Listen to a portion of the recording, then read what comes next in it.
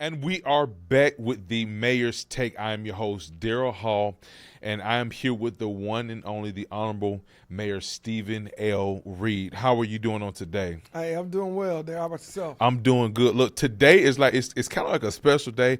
So we're kind of wrapping up season 1 of the Mayor's Take. And for those that don't know, this is where we get a chance to kind of listen to your point of views, your take, your thoughts, your ideas, what you like, what you don't like.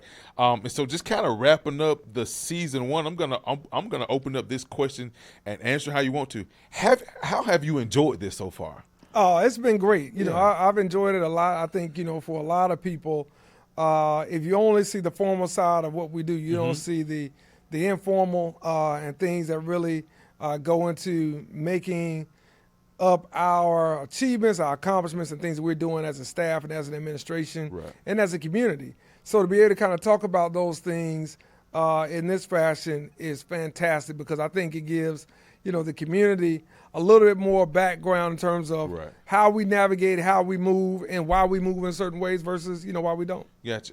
And these are for the people who just think you're just supposed to be political all the time.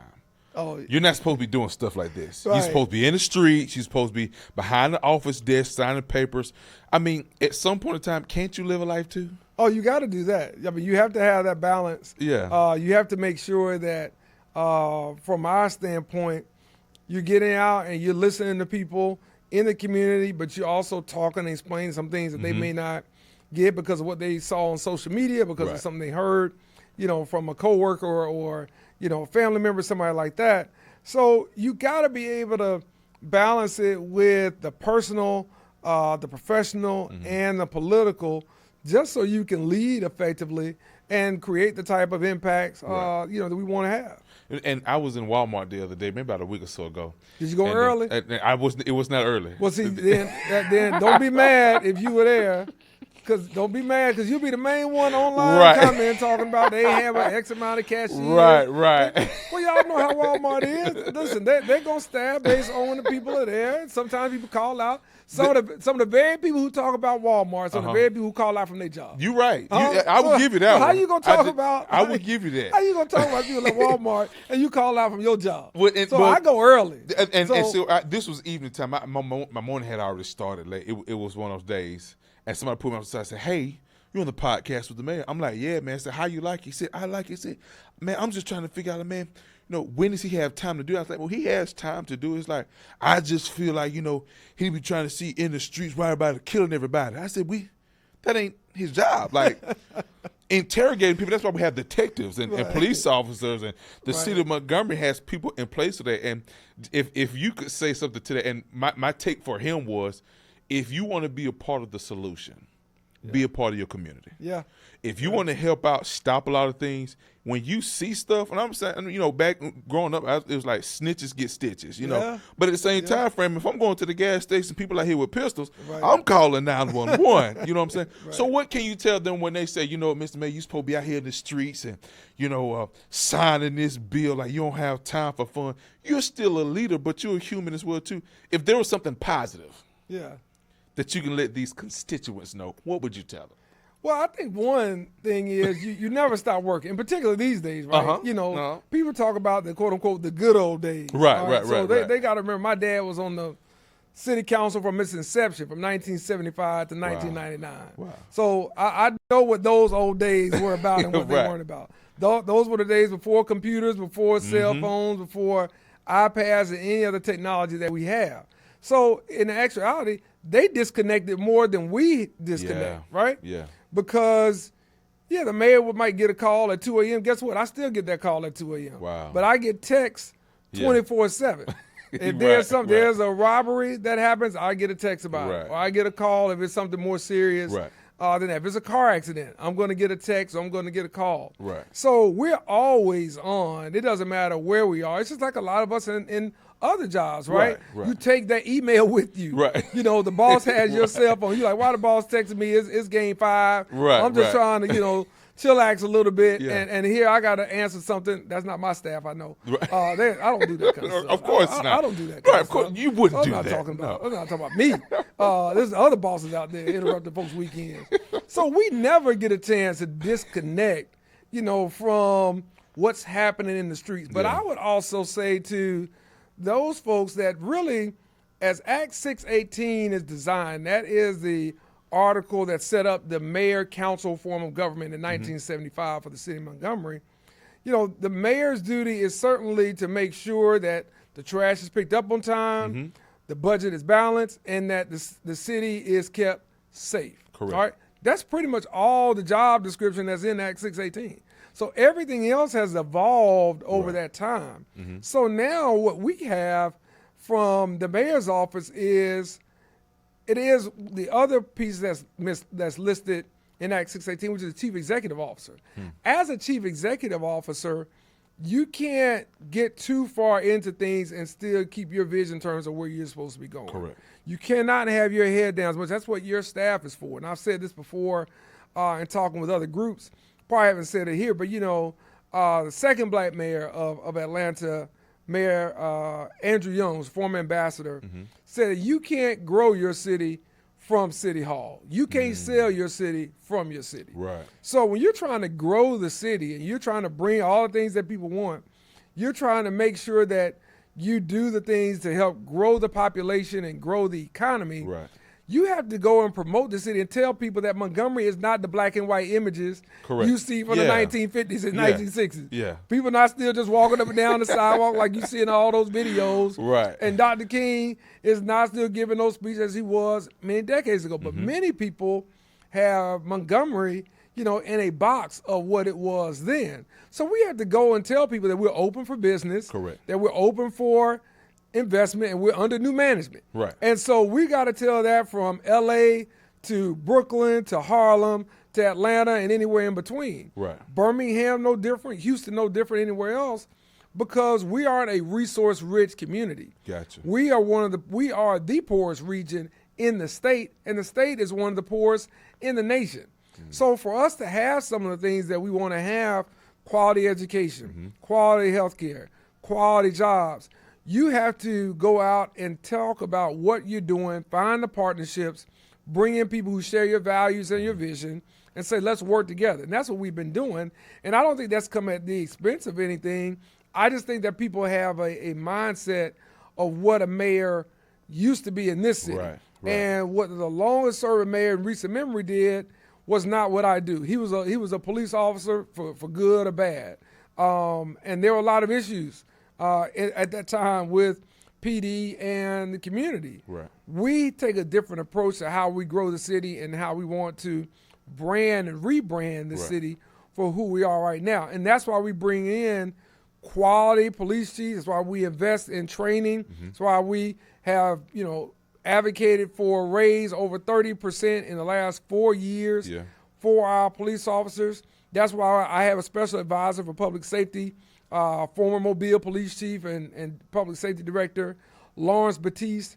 And so we do all of those things and still meet with the chief, still meet with his team to understand, hey, where are the trends? What are the data points? What can we do here and there? But no, by no means are we ever disconnected because the phone stays on, the text continues to go, and the same thing happens with emails, although most of it is straight phone calls and emails. So that's with me wherever I go. Well, I see when you come in, you have two phones. I'm like, which one he's going to look at? That's right. I think they're on your right side right now. I'm not going to point out your phones right now, but I know usually when you come in, he's got two phones going on. So I know you're working, and we go straight forward. Phone, hey. But and I know you were talking about traveling. I know recently you just went to Detroit. Yeah. How was that trip? What was that like? What was the trip? I guess I'm in your business. Why you went to Detroit? Yeah, Detroit was important because Detroit is a global city. It is a city that produced automotive manufacturing and black millionaires long before that was cool. I was going to get to the culture part, no question. When you talk about Motown and you think about all that came out of Detroit, it is a special city, and it's one that we can learn from. Because although we'll be celebrating Hyundai's 20th anniversary, we have not grown our minority supplier network like they did in Detroit with GM and the other car makers, that in Ford and others that were there. Right? So when we think about the things that led so many people from the South to Detroit, it was the economy. Correct. It Yes. was jobs. Yes. And it was the soul. Yeah. It was the culture, right? And we can learn from where Detroit was and what Detroit has been doing over the last 15 years, which is remarkable work. I hear so many people, they talk about a city in a way that it was at its worst point, but yet they don't want people to talk about Montgomery or the state of Alabama as it was at its worst point. So Detroit has come out of a economic downturn where they're removing blight, they're doing infill development, they're doing, public-private partnerships. Right. And those are all things we want to do. West Montgomery, Right. North Montgomery, Center Montgomery. But we also want to understand, okay, how did y'all build all these, black-owned companies? Yeah. How did y'all carry, Structure that, yeah. how did y'all structure them and, really put them with the automotive manufacturers so that these folks who were working the line now own the company that were bringing in the suppliers, right? That became minority suppliers. So for us, it was a great knowledge exchange of where we are as a city, what Hyundai has done, what we want to continue to do as a community through culture, through the automotive manufacturing space, but also through black political leadership and what that looks like. So Right. it was great for me to be on a panel with New Orleans Mayor LaToya Cantrell and Atlanta Mayor Andre Dickens to talk about what's happening in the South, what we're doing. And for Montgomery, I think to be included in that is reflective of the type of work that we have done and the type of brand equity we have built over these last 5 years. Gotcha. And I love that because, again, in order to grow, go to a place where they've been in certain or similar situations you've been in and they've grown for that. Instead of reinventing the wheel, let's learn from what they've done so we can bring those same perspectives back here. No question. And I want to say this because, real quick, I had several people come up and say, look, we want to come to Montgomery and we want to look at partnering. That is important when you don't have that structure in place in a city like Montgomery, really in the state of Alabama. So many of people, as you probably know, they have ties to Alabama that are in the Midwest, that are in Detroit. So they all have family down in this area. So many of them called out where their folks live. I know where all the towns are. But they want to come back with their expertise and their companies to say, look, how can we get on the ground with your entrepreneurs? How can we get on the ground and show them how to scale their businesses? I'm one of those people who wants to work with folks who want to teach us how to fish as opposed to give us a fish. Correct. Some people just want to give you a fish and want you to be quiet. No. We have others who want to teach us how to fish and show us how to grow our entrepreneurial network, to show us how to grow these small businesses around what is a multi-billion-dollar entity like Hyundai to make sure that we are really getting a piece of the opportunity and the progress that's being made, not just working there, but also participating in the economic growth. And that goes back to the vision that you had originally when you first came into office to let the city grow and see the success of that. But sometimes you do have to leave out to see what's going on elsewhere so you can get the knowledge, know-how, and the networking possibilities to allow that to take place. So kudos to that. Now, here's one finna be messy. Did you fly first class or was you private? Am I supposed to know that information? No, I fly first class. I flew main cabin. Main cabin? Yeah. You know, I was hoping that somebody might miss a flight and I might get in that bad. Right. I was like, okay, where am I on this little list for the upgrade? But no, I'm fine. It was a quick flight. I can lock in. Cause look, that's something I was going to ask you and I was going to ask the viewers. I need to know what shows I need to be streaming. All right, so so we're in the summer. So you always ask me the questions, but we go in the summer and we got some long road trips ahead of us. I got you. And look, those road trips can be when you're driving with the family, those road trips can they can be 3 times as long as they're supposed to be. Yes. So I was like, okay, I got to get some audiobooks. I got to get some podcasts, but I don't know what to stream and what I need to get caught up on. Whether it's BMF, whether it's All American, whatever. I got to know, and I'm way behind. I'm not going to tell you how far behind I am, but I'm going to try to make up a little. They're laughing at me over here.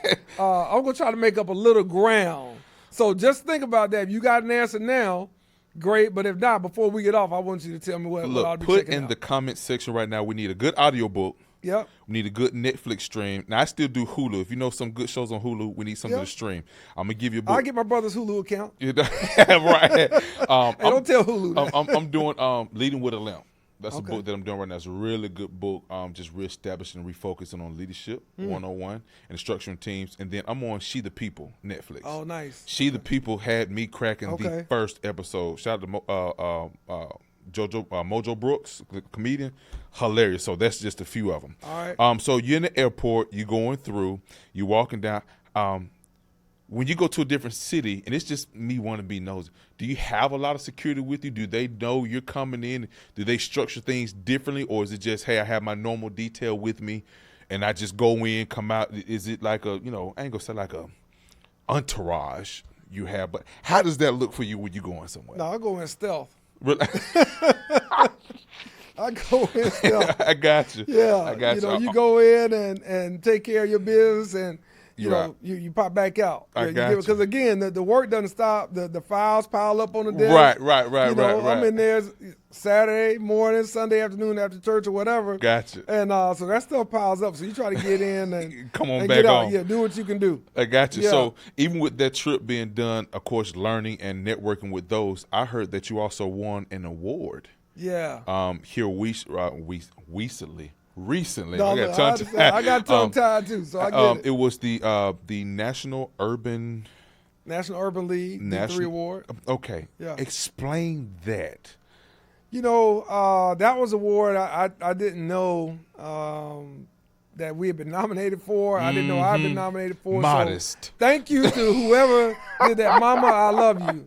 My mama gonna find a way to get something out there for me. But we got nominated, and listen, it was an all-star cast. So, you're talking about Alfonso David, who led the legal side for the Fearless Fund. The Fearless Fund was a black venture capital fund that's investing in black entrepreneurs to grow and scale their business. They got sued because they said, well, that's illegal. And so Alfonso David was the attorney who fought back on that, basically saying only 1%, literally goes to like black entrepreneurs and black startups. Out of 100% of the billions and billions of dollars, only like 1%. And you arguing over the 1% that goes, and this is the fund that does some of that. So Alfonso David was recognized. Jonathan Jackson, congressman from Chicago, Reverend Jackson's son, was recognized for that, as well as the Attorney General for Illinois, who's been pushing back on a lot of the legal cases here under this administration. I forgot Raul's last name, and there was one other person that was recognized as well. And I think Congresswoman Terry Sewell got recognized too. So I was honored to be the only mayor to be recognized for the work we're doing around diversity and inclusion. Correct. It's still important. It has always been important, regardless if it was called that in years past or not. So, for us to be doing the work and to be seen by one of the legacy civil rights organizations and recognized for that, it was, reinvigorating for me to continue what we're doing and to continue doing it how we have been doing it. And that's bringing everybody to the table. That's making sure everybody has a chance to compete, everybody has a chance to succeed, and we aren't blocking anyone out. So we're proud to be recognized on the national stage. So I thank the staff, I thank our community, and everybody who's been so supportive, because when you're on the stage with I guess your colleagues and some of your peers or people that you read about and you're talking about, it's like, oh, wow, okay. We're doing something to add or near that level as well in what we're doing. So it makes the work, I guess, redemptive. And, again, it refreshes you to kind of go back and continue what we've been doing. And when a national organization like the National Urban League recognizes you along with so many others who are doing the work in other spaces. That is awesome, Wayne. Congratulations to you for that, because that is an astonishing award with so many giants in the room and that have done so much, and nothing against them, but major congrats to you, with that accomplishment. I do want to ask this question as well, too, and I'm taking a hard pivot now. All right. We're going into season 2, and I know last episode we were at Boo Man's location, Heritage. Shout out to Boo Man. Thank you again for that. I'm going to season 2. I'm trying to be on location. All right. With these locations, I do want to be at some of these universities. You know, shout out to Huntington, ASU, Faulkner, AUM, just to kind of just have a different area of just doing the podcast. Yeah. If there was a specific location you would like to do the podcast, where would that location be? Oh man, you get me in trouble now. Where would I do the podcast? Man, there are a lot of places around the city that have so much. I probably would say the Legacy Museum. I'm working on that one. I don't know if EJI, if y'all are listening, Yes. that's Yes. probably one that I would do, because I think more of our residents here in the city and across the state and the country need to know exactly what we have right here in our backyard. And I'm not sure that people do. And I would include the sculpture garden to go with that. Yes. Freedom Yes, Sculpture Garden that is good. that is down Yes, there. yeah. And I would encourage everyone in the city, go downtown, in particular for this environment that we're in right now. It's important for us to understand the history of this country and the true history of this country. And it's great that we have something that is attracting millions of people From all to over. our city, Yeah. and really has helped us rebrand and reimagine the city in a way that we never could have. And so I thank Brian Stevenson and Tara Duvernay and the whole team there for their vision and what they continue to do in that space. Right. And I think that if we can bring more attention to it locally, Yeah. I think it'll help some of our leaders, some of our residents, some of the folks here in the city and beyond to understand what we have to do in this moment collectively. Yes. I don't just mean the mayor or the city council or the county commission or the judges. It's all of us collectively, because when we think about our story in this country, from slavery to freedom, it wasn't because of black mayors, it wasn't because of black sheriffs and black judges and all. It wasn't any of that. It was because of the courage and the commitment and the fortitude. And so when I see some of the things that we're dealing with in this community, I think like, man, if these folks could do this in years ago, then why can't we do even more now with what we have, even with the headwinds that are in front of us? Right. Why can't we do even more now? And I think that place really anchors it. And I was really surprised, well, not so much surprised, but I guess I was flattered that I had a gentleman who was a major contributor to a national museum. I'll just say the Smithsonian Museum of African American History in D.C. And for those who have been to D.C., I hope they've been by that museum. And if not, I hope you will go. If you don't go to any other museum, go to that one. But he talked about what the Legacy Museum was here in comparison to that. And he said, not as big, but just as, if not more powerful and impactful. And he's somebody who's given significant money to that museum. And so I asked him, was he going to give some to the Legacy Museum? He said, I just might. He said, I just might there do you that. go. Yeah. So, those stories and where the role Montgomery plays into that, I think is the place where I would say, if I had to choose one, I would choose one. But I've got a lot more that I could list as well. And I'm going to ask you another question before we get into that. I love that Little Donkey and the that donut shop right next to it. The Heroes. The lighting, the ambiance. I mean, I told my wife, I just want to take pictures down here. My wife loves taking pictures. I was like, I just want to go down here and take pictures. It's just got this nice feel that's around it. But briefly, I remember the first time I went to Legacy Museum. My very first walk, and you kind of see as it was talking about the waters and what they went through. And it's just this unreal experience where you get a glimpse of being there. And then you walk through, but then at the end, it's like I call it the copper room towards the end. It was a heavenly presence where you see the accomplishments of our heroes. Absolutely. That's a moment I got chill bumps thinking about it now. That changes your perspective on life as a whole. That was me. Briefly, if you can explain to me what you felt in your experience just walking through, what did that feel like going through your mind? Oh, man. I think when you go through there, it's a wave of emotion. I mean, it hits you powerfully. There's some sadness. I think there's some anger. There's frustration there. is exuberance and excitement, and then there's reflection. Yes, yeah. There's all of the. I mean, it takes you through the emotions. I tell people that. Just spoke to a group this morning that's going to be coming here to Montgomery on Saturday, and I told them to get ready. I said, because you think you have seen some things and you think you've been in places, but I've talked to and I've welcomed too many groups that are here in Montgomery visiting that just go on and on about and comparing it to other museums and other places. It truly is, one, it's educational, but it truly is emotionally moving. Yes, and I think it takes you through the range of emotions in terms of what our role is in this space, both individually, with our families, in our neighborhoods, in our communities, and certainly even broader to what it means to be a part of this story. And this story that's been chronicled for Black people in particular, for well over 400 years now in this country. Very much so. Yeah. And I love that, and it's going to help me shift to this next point I want to bring out. I know sometimes people are like, the violence in Montgomery, I know you're reaching with the Stop the Violence sneaker ball. Yeah. And that was a major event because that's been going on for some years, the Stop the Violence movement. Yeah. And I enjoy what they're doing. And I told somebody a while back ago, if you could take some of these young guys that's about this street life and let them walk through the Legacy Museum. Right.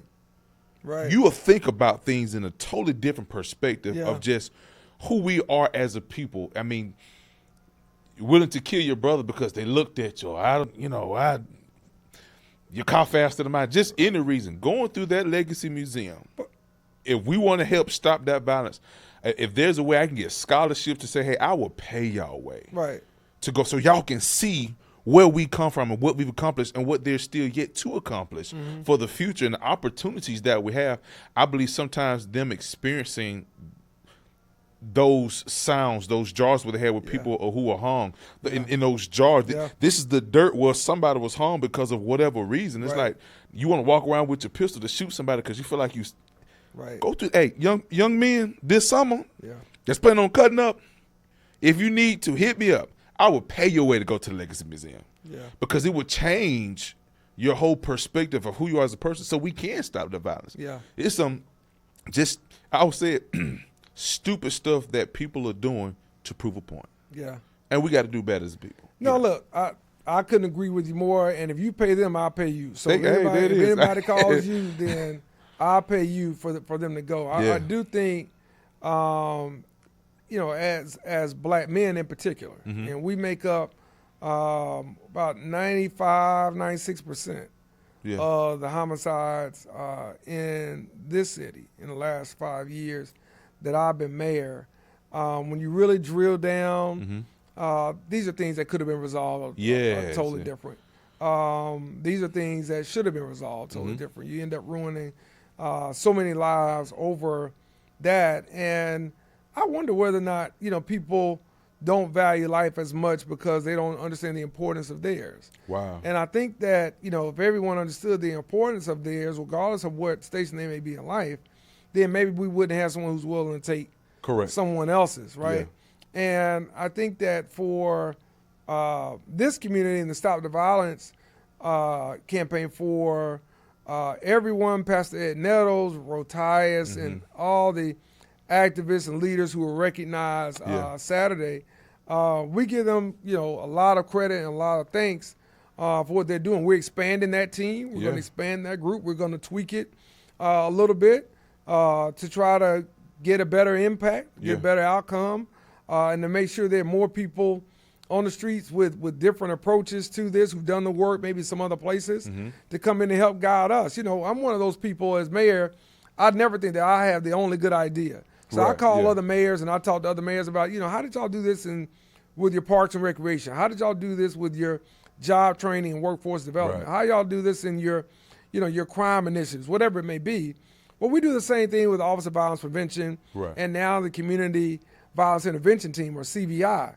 Millions of dollars we're putting in that, both city and the county.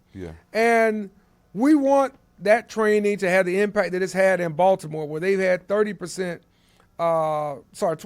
reduction on top of another 26% reduction they had last year. It's Baltimore, Right. aka The Wire. Yeah, You know, and yeah, yeah. all these programs and all these shows that have been made off of that. But I talked to my brother mayor there, Brandon Scott. It's like we're getting to the streets before the streets get to them. Yes. Right? Yeah. Yeah. And we want to make sure we're talking to them and plugging them in ways that they haven't done. Now, that's not for everybody. Correct. Some folks talk about it and some folks are comfortable with it. But we have to make sure that we support the Stop the Violence campaign Correct. by stopping the violence and Yeah. making sure that in the community we're doing our part individually and collectively. Because city, county can't do everything, Right. can't do it all. We're going to do as much as we can, and we're going to try to do even more than we can. Correct. But ultimately, it comes back to what's here. And Yeah. we got to think about how we value one another, because for us, we got to have a moment where we truly value our community like we did 5 years ago. And 5 years ago, we had the murder of George Floyd. Yeah. And there was a lot of reflection done Yes. then. A lot of reflection done with how that Minneapolis police officer handled George Floyd, what was going on around Right. that time, even with Breonna Taylor and others. We've got to make sure that we aren't just saying we got to hold the police accountable. We got to hold ourselves accountable. Correct. And we got to hold our community accountable too. And I think that's getting young people early, but also making sure people who want to get out to life know they have a way to get out to life. Yeah. And then not admonishing them for doing it, but saying, you know what, we understand. Correct. Even if we in it and we can't support, we understand. Yeah. And let's let him or her move on to whatever it is they want to do, because that then changes, the Everything. whole Yeah. perception, everything. Yeah. I can say we're down 30% violent crime year over year, and we are. That's a fantastic number. But I just met with Chief Gray Boys yesterday, and the thing we talked about is not us being down, but the most recent homicide. Yeah. And so, we're going to say that this is good, and we want to continue to work at that, but we're never more than a minute or a bad hour Correct. away from someone's life being taken. And I'm saying, man, how did What we could we miss? have done? what could we have right, done? right. I love that. Hey, this is the mayor's take. Final words from the mayor ending season 1. Your final words on today. Well, look, hey, I just want to say it's been great to get caught up on Yeah. different things that are taking place in the city, kind of bring some of the ideas, some of the thought processes behind it on everything from culture to community to the podcast. I want to thank everybody who supported, Yes. who shared it, who's tuned in for, this or that, who's giving us a comment back. Yeah. All those are things that, I appreciate. And I think for me, it's great to get from behind a different kind of microphone. Yeah. Yeah. When you're at a press conference and you're talking about things just kind of in a linear fashion, as opposed to talking about things that the community talks about, Right. things that people want to know or have some questions about, and then some things that I want to know and I have some questions about too, right? Right. So it's been a good give and take, man. I appreciate Gotcha. that. It's been great, and I got to give shout-outs to Braylon for this reading camp and wish him well for this basketball camp that he's going to also. So great summer for Braylon. Yeah. Make sure you come through, Pops. I will do it. I'm about to pay my fees tomorrow. Hey, look, this is the mayor's take. Make sure you add in the comment section. We need audiobooks. Yeah. And we need some good shows to binge watch while he's on the road coming up this summer. Yeah, look, don't be giving me no audio books I don't want my old history teachers and my old English teacher from JD talking about, you didn't finish Right. that book report. Like, Right. We're talking about some good audio books now. substance. Right. Yeah, Some recent, how about that? Some recent audio books, Yes. podcasts, but most importantly, I need to know what to stream over the summer. There it So I is. need somebody to kind of give me the shows. Is Power Book 3, is that worth getting caught up on? Is Raising Cain. Yeah, Canaan. Raising Cain. Yeah, all the- season 2 of BMF, is that, or it may be something I haven't even mentioned. Yeah. So, give me that too. Listen, so, because they'll ask, I like a lot of action, but I Action. like historical context. Okay. I like business. Yeah. So those are, but I like, the family pulls me into All American sometimes. Yeah. I can do some shows like that every now and then. Gotcha. Yeah. A little bit of both. On which, put it in the comments. Ladies and gentlemen, this is the Honorable Mayor Stephen L. Reed. This is the podcast that he has. He wanted, he's got it, and it's going on. Season 2 is coming up. We're going to do a little traveling. That's it. But we're going to be in the city. We're gonna stay in the gas mileage area. I don't got 10 on pump 7. That's all I got. 10 on pump 7. That ain't going to get you that far. You might not make it to the boulevard. In my car, it's gonna get me a little while. I got a good gas saver. Amen. But season 2 is coming up. I'm excited. We'll be on location, and we're going to have fun for season 2. All right. This is the Mayor's Take. Season 2 coming up soon. It's been a blessing. Hope y'all enjoy. See y'all coming up for season 2 of the Mayor's Take.